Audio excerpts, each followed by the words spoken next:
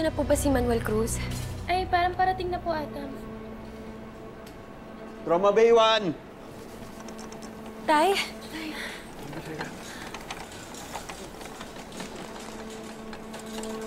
Mr. Manuel, welcome back. Kumusta? Okay lang po, Doc. Pasyente lang po pwede pumasok sa loob. Doc, baka po pwedeng isama si Jessica sa loob. Saglit lang po, may sasabihin lang po ako. Okay lang. No problem.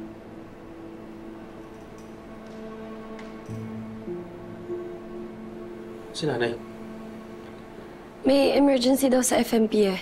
Pero susunod na rin siya dito. Dok, nakunan ko na po siya ng BS niya kanina. 90/60 yung BP niya, heart rate 112. Kaso yung autostat niya, Dok, dropping by 89%. Sige. Yung nasal cannula niya, gawin natin face mask, 5 LPM. Yung chest tube, kumusta? Wala po, Dok. Test tube intact, no leak po. No leak? Wala naman bubbles? Wala po. Sige. Good. Kumusta, Manuel? Mabuti naman po, Doc. Para nga pong umayos yung pakiramdam ko nung nakita ko yung mga anak ko eh. Good. Glad to hear. Sige, ganito. CBC, X-ray, stat, tapos yung previous antibiotics niya, set up na natin para sa kanya. And we'll finish your admission. Okay? Okay, come on. Let's go. Maraming salamat, ha. Hindi mo ko iniwan simula nung umpisa. Kamusta na pala yung pakiramdam mo? I feel fine po, Dad. I'm relieved. Sobrang sayo ko po that you're finally here and safe. Anak, alam mo naman, hindi tayo titigilan ng mami mo hanggat di tayo nahahanap dito. Ha? Pag pumunta siya dito, kalalapit sa kanya, ha? Umiwas ka na. Kaya mabuti pa pumunta ka sa mga kapatid mo. Sigurado ko poprotektahan ka nila. Lalo na si Kuya Jeffrey mo. Opo, Dad.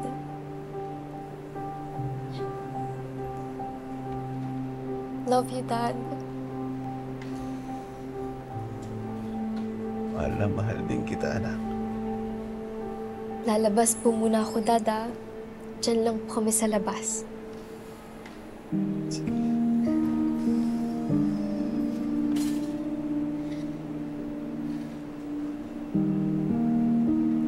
Love you, Dad. I love you. I love you. I love you, Dad. I love you so much po. Ano ba yan? Dami na mga I love you. Inubos mo na. Anak, sa tandaan mo, ha? Mahal na mahal kita. Tandaan mo yan. Tatandaan ko po, Dad. Ling, eto na nga, diniretso ko yung van na ganun. Tapos bigla may humarang na puting van. May bumabang dalawa. May daldalang baseball bat. Hahampasin kami ganun. Akala niya matatakot ako. Bigla akong kinadyot na ganun. Inandar ko ng mabilis. Tumba yung dalawa eh. Akala ko nga kung ano nangyari. Pero tumayo. Maya-maya kasunod si Hazel. Galit na galit. Pinagkakalampag yung van. Akala niya naman, aatras ako. Nagkatinginan kami ni Jeffrey. Yung tinginan pa lang namin ni Jeffrey, okay na eh. Alam ko na eh.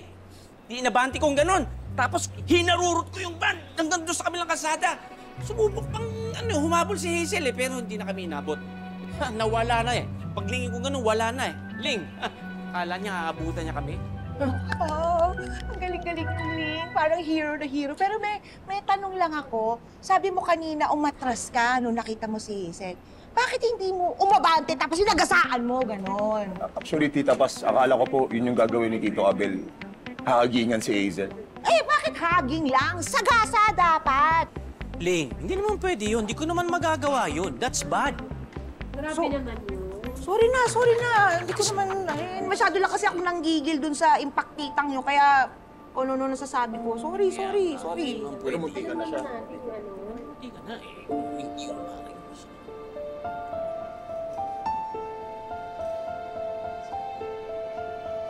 Mag-uusap tayo. VS normal, nurse. Sige. Okay.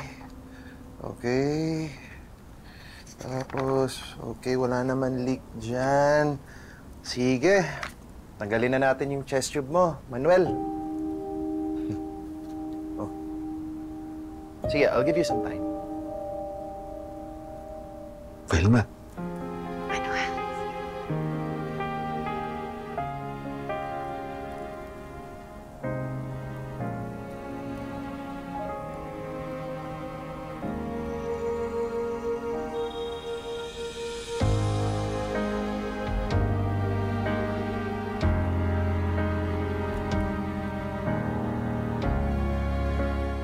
Pauline, ano ba? Bitawan mo ako! Pauline, ano ba? Pauline! Anong problema mo? Hinayaan mo lang yung mommy mo na itakas si tatay? Nag-alala kaming lahat. Sinubukan ko namang pigilan si Mommy. Talaga? Hindi ka nga humingi ng tulong kay Ate Andre nung tinatakas niyo si tatay eh. Iniwasan mo pa nga siya, di ba? Tapos nung kinukonta ka namin ni Kuya Jeffrey, anong ginawa mo? Ininsulto mo kami! Nilalike mo lang yung messages ko.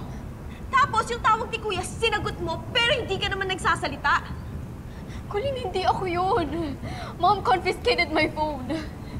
Jessica, stop lying! Malamang kasabot ka kasi ng mommy mo dahil gusto mo nang ilayo si tatay. Hindi yung totoo. I stole Mom's phone to call Ninong Abel, remember? Malay ko ba kung ginagawa mo lang yun dahil nahihirapan na si tatay? Yes! Dahil natatakot ako na baka may masamang mangyari kay Dad. Baka saktan siya ni Mommy. But more than that, Dad wanted to see Tita Felma, Kuya Jeffrey, Ate Andrea, and you, Colleen. Kaya nga nag-take ako ng risk para i-steal yung phone ni Mommy to make that call. So ano, utang na loob pa namin na tumawag ka dahil lang na-endanger na yung buhay ni tatay? Jessica, ang selfish mo! Dahil lang sa kagustuhan mong mailayo si tatay, hindi mo na naisip yung kondisyon niya. Colleen! Jessica, hindi mo naisip. Pwede may mangyaring masama sa kanya. Jessica, gawain ba yan ng isang anak? Parang hindi ka anak ni tatay ah!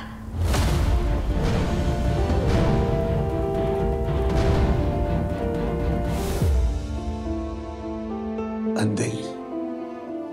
Tay, you're just too jealous, Colleen, and insecure ka! Hindi ako insecure sa'yo! Sana mawala ka na! Si Jessica? Di ba parang boses ni Colleen? Jessica, you want me gone, di ba? Fine, aalis na ako. Ayoko na sa inyong lahat! Jessica! May hindi ba kayo sinasabi sa akin? May problema ba? Hayop ka. Anong ginagawa mo dito, ha? Di mo alam.